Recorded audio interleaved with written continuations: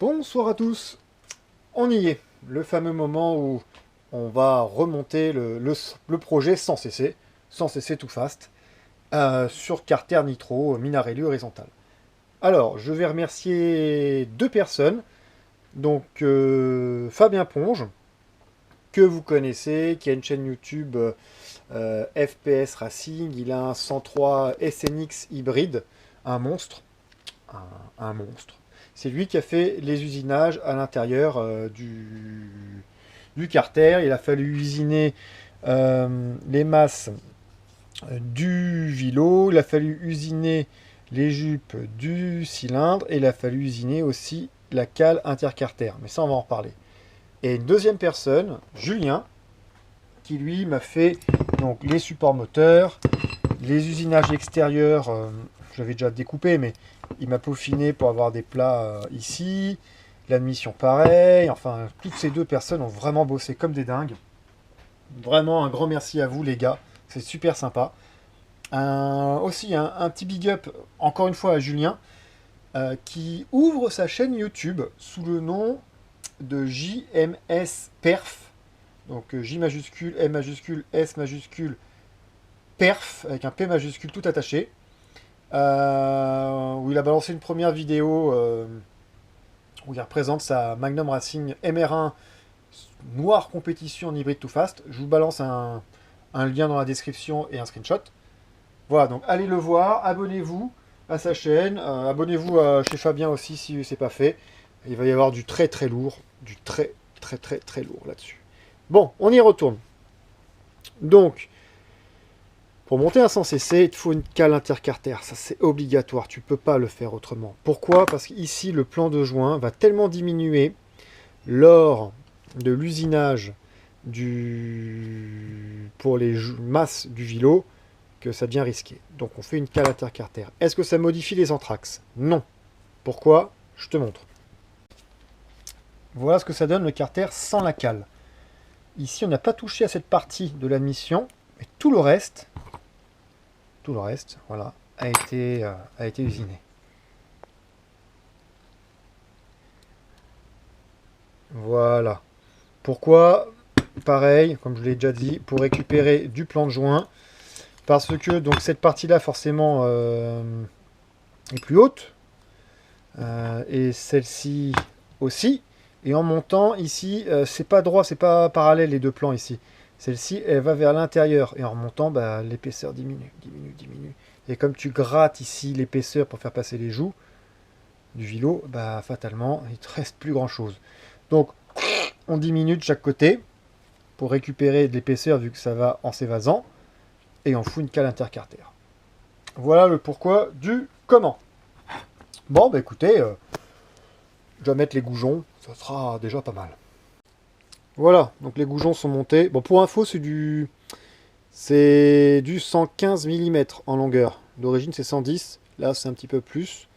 Je crois que c'est les top performances et ils sont un petit peu plus balèzes ici, quand même. La suite, bon, je vais monter les vilos, les roulements sur le vilebrequin. Ce sera une bonne chose de faite.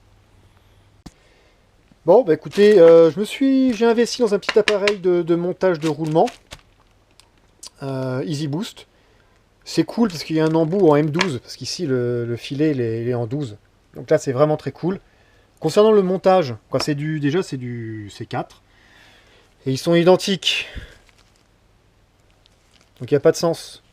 Et même s'il y avait un sens, j'ai envie de vous dire, les roulements, tu ouvres le moteur à 2000, tu changes tes roulements. Donc ils n'auront pas le temps de... Tu n'auras pas le temps de s'user concrètement. Donc sur ce type de moteur ouvert, pas fréquemment, mais régulièrement pour l'entretien, les roulements, peu importe le sens au final, j'ai envie de te dire. Allez, on monte ça. Bon, pour ceux qui ne connaîtraient pas, donc tu visses un embout ici. Tu mets ton roulement, hein, voilà. Juste pousser. Hop, tu viens visser la vis, donc il va se mettre là-dedans. Le tube. Et ensuite, tu visses l'écrou pour faire descendre les rondelles. Et ainsi pousser le tube pour emmancher le roulement. Voilà, donc c'est mis. Ici, écrou de 17. Tu t'emmanches bien ça fermement. Hop. faire l'écrou. Je suis pas dans le bon sens, ça va pas étonner.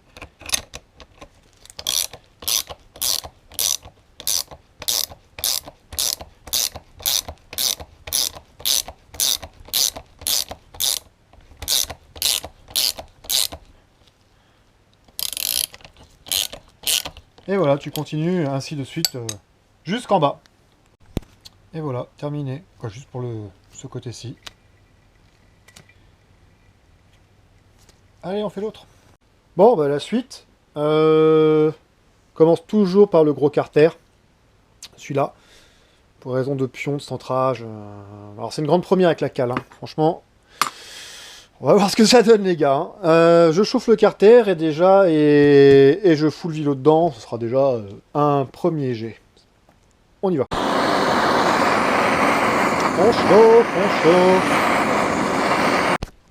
Bon, j'ai bien chauffé. Franchement, j'ai bien chauffé.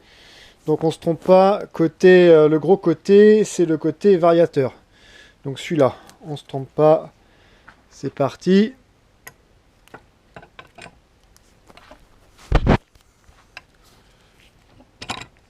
Tout seul. Tout seul. Oh merde, je suis con. Hop. Oula. Ouf. Il était moins une. On va laisser refroidir ça gentiment. Genre la bielle par admission, moi. Mais... Ah, c'est le sang, ça me stresse. Ok. Bon. Je vais préparer ma visserie que je connais déjà. Je laisse refroidir. Parti. Bon, la partie... l'autre partie du carter refroidit. C'est bouillant. Là, je vous montre une rotule en 32 mm, hein, Doppler pour Peugeot 103 que j'utilise sur le 70 Fast. Et l'embout de la rotule donc sur mesure en 38. Et la différence, c'est...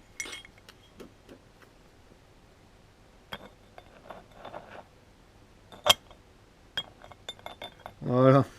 Bon, juste pour le fun, je vous montre.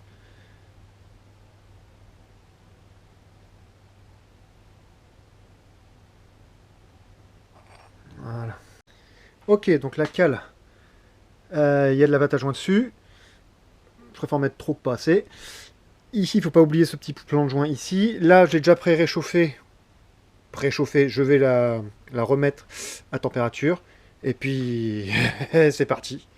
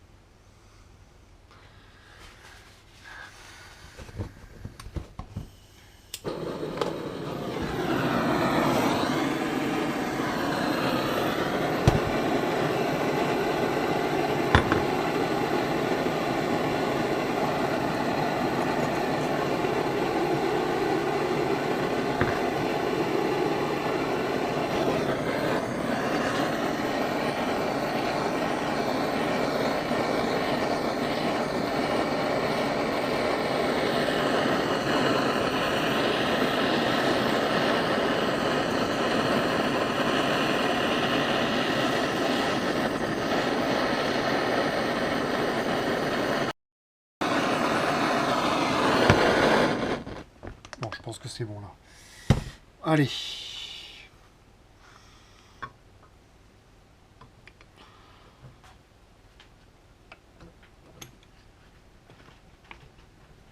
Nickel.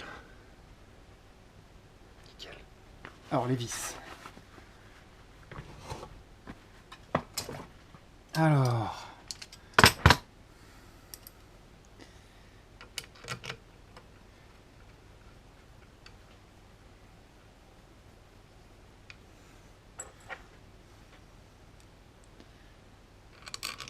C'est chaud.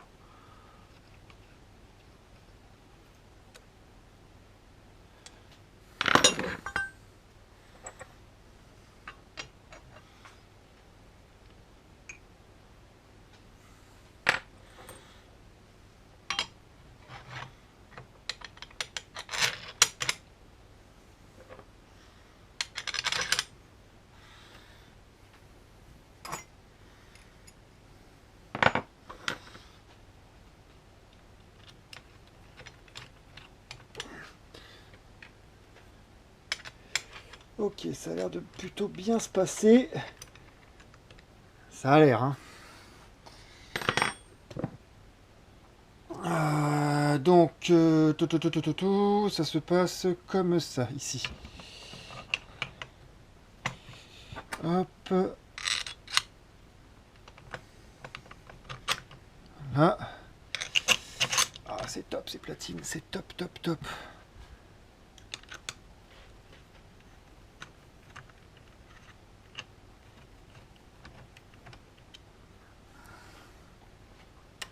Donc, je sais plus trop ce que je voulais vous dire. Ouais, abonnez-vous à la chaîne de Julien, là. Il va présenter un tas de trucs, il le dit dans sa vidéo. Ça va être... Moi, je vous dis rien, allez voir. Ah, je sers gentiment. Et pas là pour... Ah, c'est gentil. Je vais avoir une force de fou, de toute façon, avec ça. Hein. Parce que j'aimerais bien... Bon.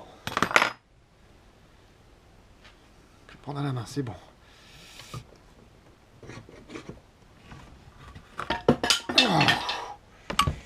Ouf, ouf, ouf, ouf, ouf, ouf, ouf.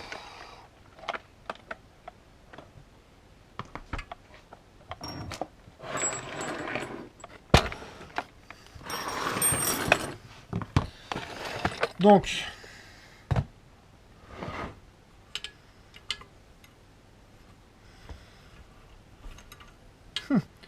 libre du premier coup. Libre du premier coup. Oh, c'est chouette.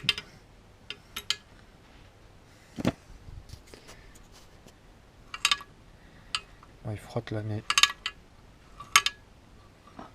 Yes. Bon, parfait. Parfait, parfait. Bon, je reprends. On fait le squish sans joint d'embase. J'ai déjà mesuré l'échappement et le latéraux. Et ça, sans joint d'embase toujours. Je vous dis ça après. Bon, comment dire, c'est mort. Sans joint d'embase, impossible de comprimer. On n'insiste pas trop, mais ça va pas. Donc tout de suite, on va mettre des joints à l'embase. Ça, c'est clair. Bon, les gars, les premières valeurs tombent. Donc, sans joint d'embase, impossible de prendre le squish, c'est trop dur. J'ai rajouté 0,3. Donc je tombe à 195, 132, 0,62. Attention toutefois, la façon dont on mesure, il peut y avoir des petites variantes. Maintenant, je vais prendre, ce qui va un peu déterminer la chose aussi, le taux de compression. Sachant que le squish, la doc préconise 0,7 à plus ou moins 0,05, ce qui donne soit 0,75 ou 0,65. Là, il n'y a pas de pâte, c'est juste le joint. Donc si je rajoute un petit peu de pâte à joint, on va être bon. Normalement, ce que je vais faire, c'est que je vais prendre le volume de chambre, faire un calcul de taux, et je vous reprends.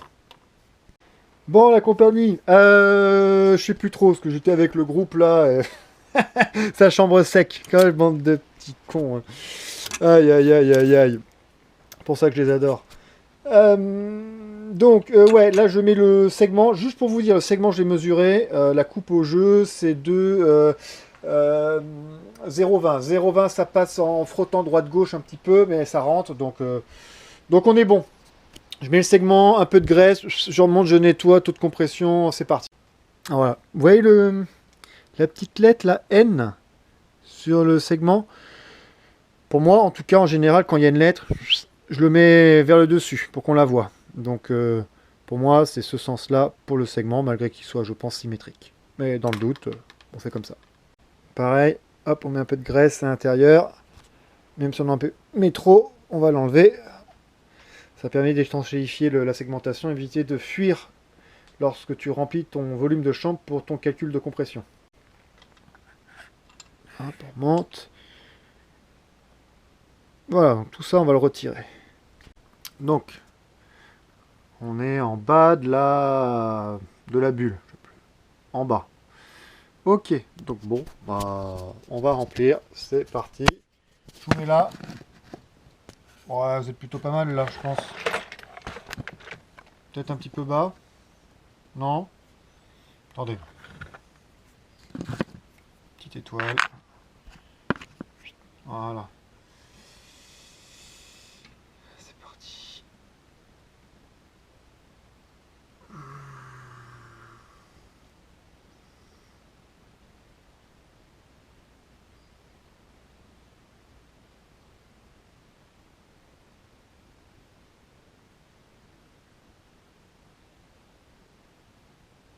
Tout le monde dans le filetage de bougie.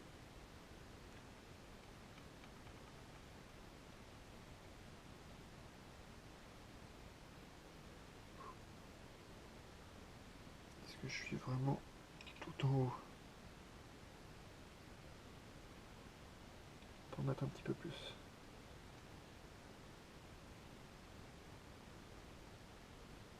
Il y a une goutte qui est tombée à côté.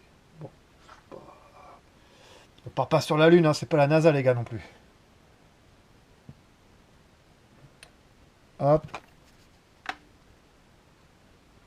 On en est là, sachant qu'il faut retirer 2,4 ou 2,5 pour la bougie. On va attendre que ça se tasse et on va reprendre tout ça.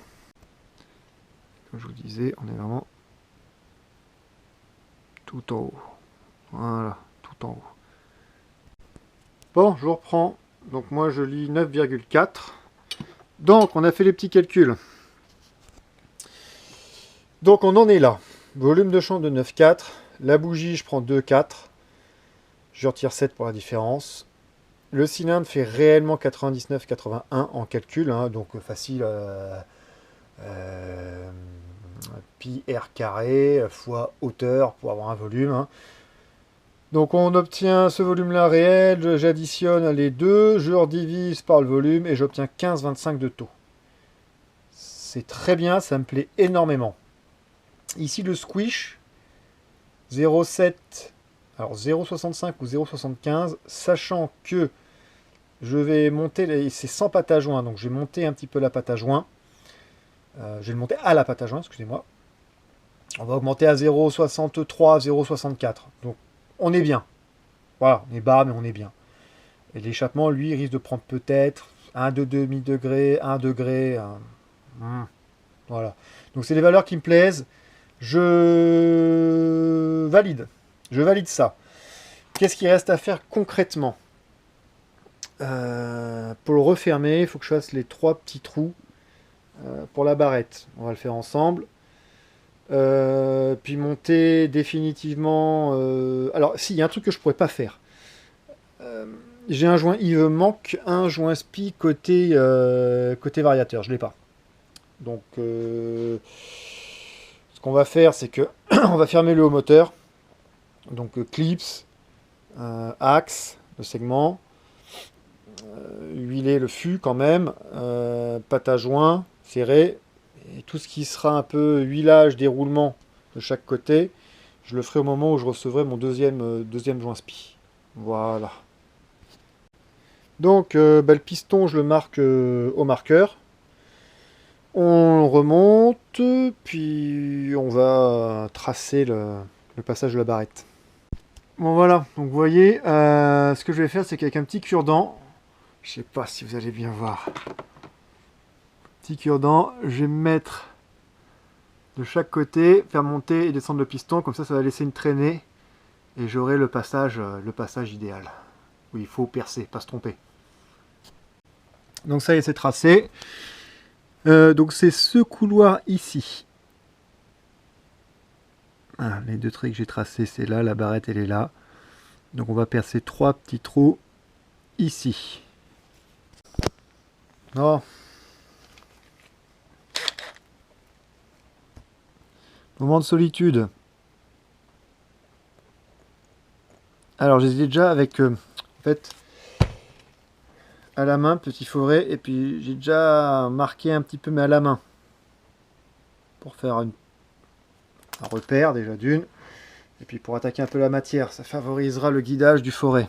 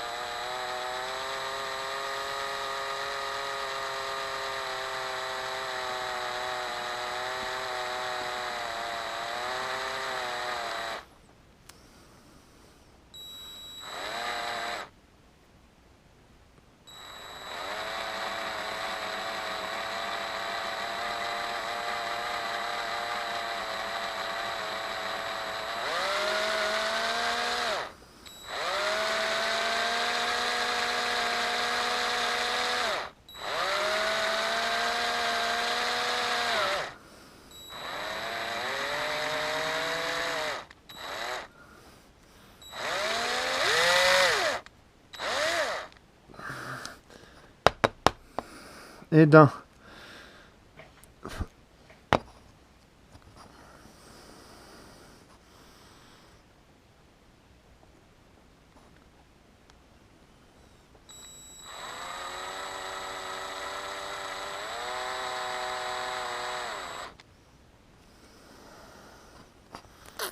Je suis un peu sur le côté là, putain, pourtant.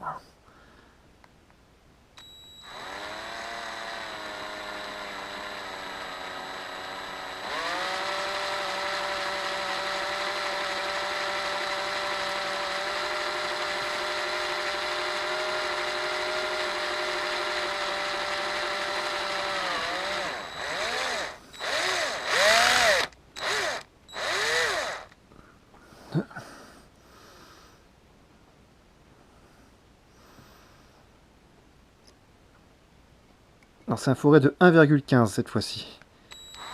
Sur 70 j'étais à 1,5, là je suis à 1,15.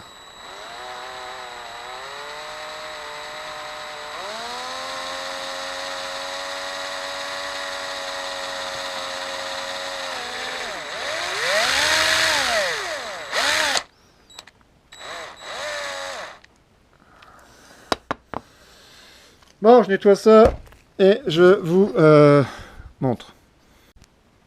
Et voilà, nettoyé. Je repasserai un petit coup de dent vite fait. Il y a un petit chanfrein qui a été fait avec un forêt légèrement plus grand à la main sur le bord. Alors pourquoi on fait ça? Lorsque ton piston il redescend, il engendre de la précompression. Et si tu crées des petits trous, forcément c'est un point de fuite, tu me diras. Pas de souci. Mais si ce point de fuite est en face de la barrette, eh ben, c'est de l'air frais hein, quelque part en précompression. Donc ça va venir refroidir la barrette qui est vraiment le point chaud du cylindre. Donc en sortant, en exerçant une légère pression par là, l'air va permettre, l'air huile, hein, le mélange bien sûr, de peut-être un peu mieux lubrifier déjà la barrette et surtout de la refroidir. Alors c'est sûr que si tu perces en dehors du passage de la barrette, tu es à côté, tu tombes dans l'échappement, pas que tu baisses ton moteur, mais tu l'amputes, hein, c'est sûr. Hein, ça commence à sentir le roussi, quoi.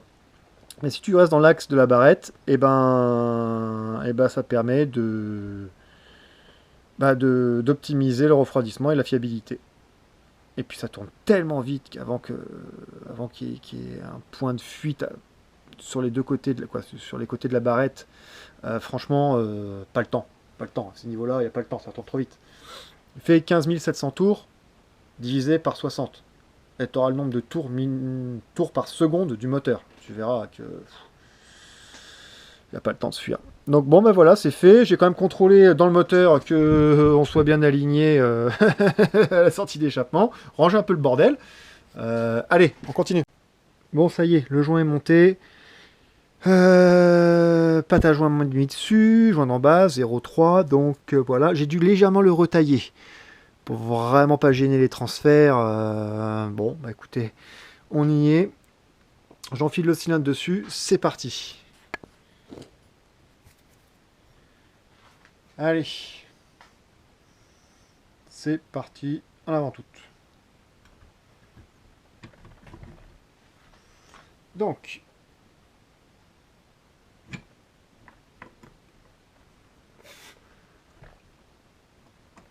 Voilà.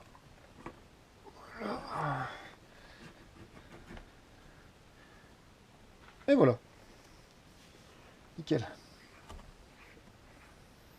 Parfait. Bon, j'avais huilé le piston aussi, hein, donc du coup c'est cool. On est bon. Bah écoutez, je le ferme. Ça y est. Donc le petit joint torique, on l'a huilé aussi un petit peu. Tac. Une merde là qui est montée dessus. Non, c'est rien.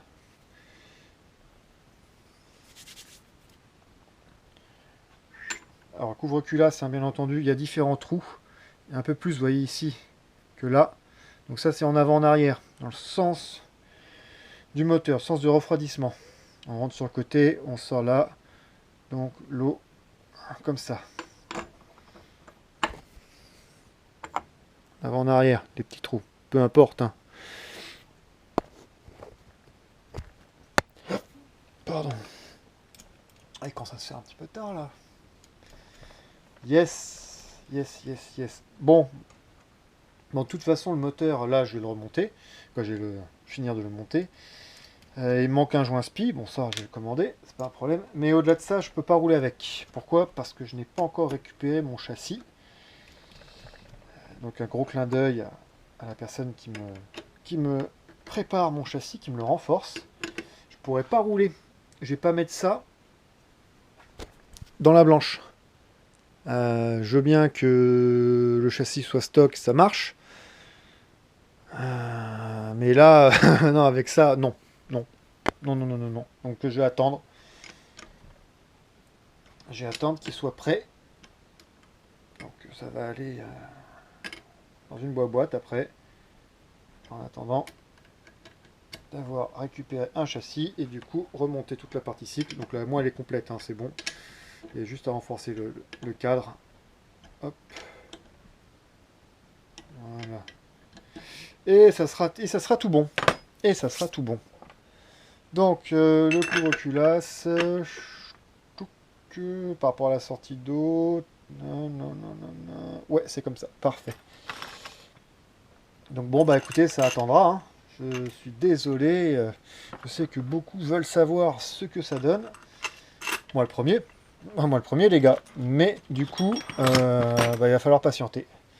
Il va falloir patienter, j'espère le moins longtemps possible. Je vous parle, j'oublie des choses. Ça va pas le faire. Ça va pas le faire, ça va pas le faire. Il manque des choses là. Il manque des petites choses si on veut être comme il faut dans le game. Tout simplement. Donc le joint, voilà. Tac. Pas l'oublier. Et le petit auric ici. Tac. Parfait. Parfait, parfait, parfait.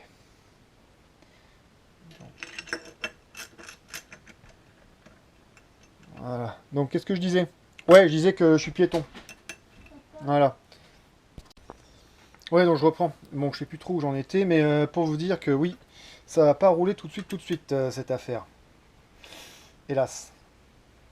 Donc, bah, faut prendre son mal en patience. J'espère rapidement, hein. Ce sera...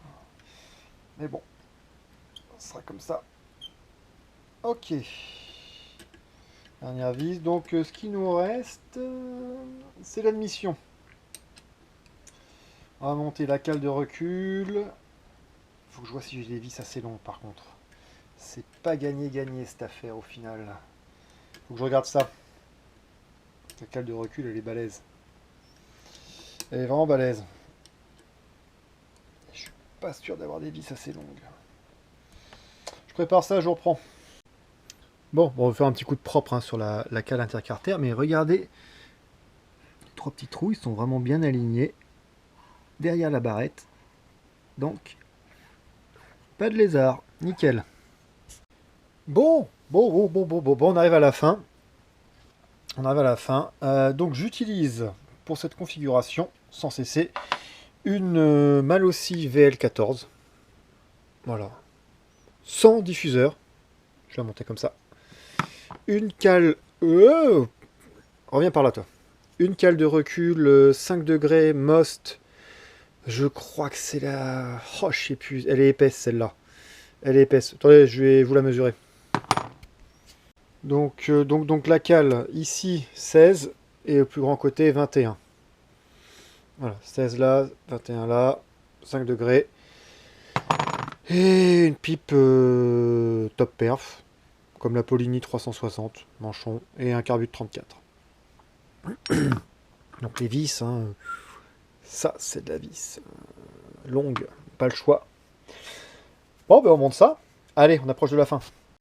Donc, avant de refermer, la pipe, je vais pas la monter à la pâte à joint, parce que pour l'inclinaison du carbu, je sais pas trop où ça va me mener. Donc pas de pâte à joint, par contre je vais en mettre entre la cale et le carter, et la cale et la boîte à clapper. Donc le but de la cale inclinée, c'est quand même d'envoyer un petit peu la boîte à clapper vers les transferts. Sur Nitro d'origine, c'est un peu vers le bas. Là, c'est le but de la décaler un peu vers le haut. Bon, c'est parti. Ça y est les amis, c'est fini, c'est monté. À peu de choses près, il manque un joint spi, deux, trois petites babioles, mais une sonde de température, mais on y est. Ça y est, on y est, on y est. Ça s'est super bien passé le montage, franchement, rien à dire. Les platines sont top, le traitement est top, les usinages sont top. Encore un grand merci à Fabien Ponge, FPS Racing sur YouTube et 103 SNX hybride sur Facebook. Et à Julien, je vous mets sa chaîne encore une fois YouTube là. Tac, allez voir. Franchement, il y aura du lourd sur sa chaîne aussi.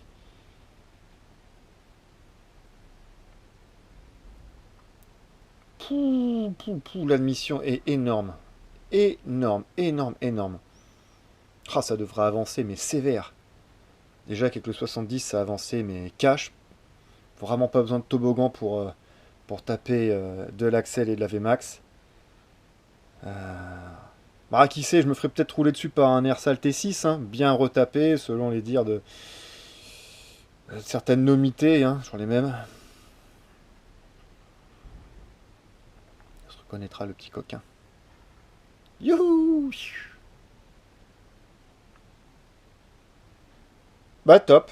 Bon bah écoutez, on va attendre le cadre pour pouvoir monter ça dans le châssis. Et pouvoir le rôder, l'essayer. Vous êtes tous super impatients, j'imagine. Moi le premier. Mais ça va attendre un peu. Yes! Bon bah écoutez, cette vidéo se termine. Peut-être un petit peu long, faut que je regarde les rushs, mais je crois que ça va être un peu long. Si t'as aimé, bah, mets un petit pouce, abonne-toi. Si t'as pas aimé, bah va-t'en. Franchement, je m'en carre. Le coquillage, mais sévère. Et la suite des aventures pour très bientôt. Allez, à plus les loulous. Salut!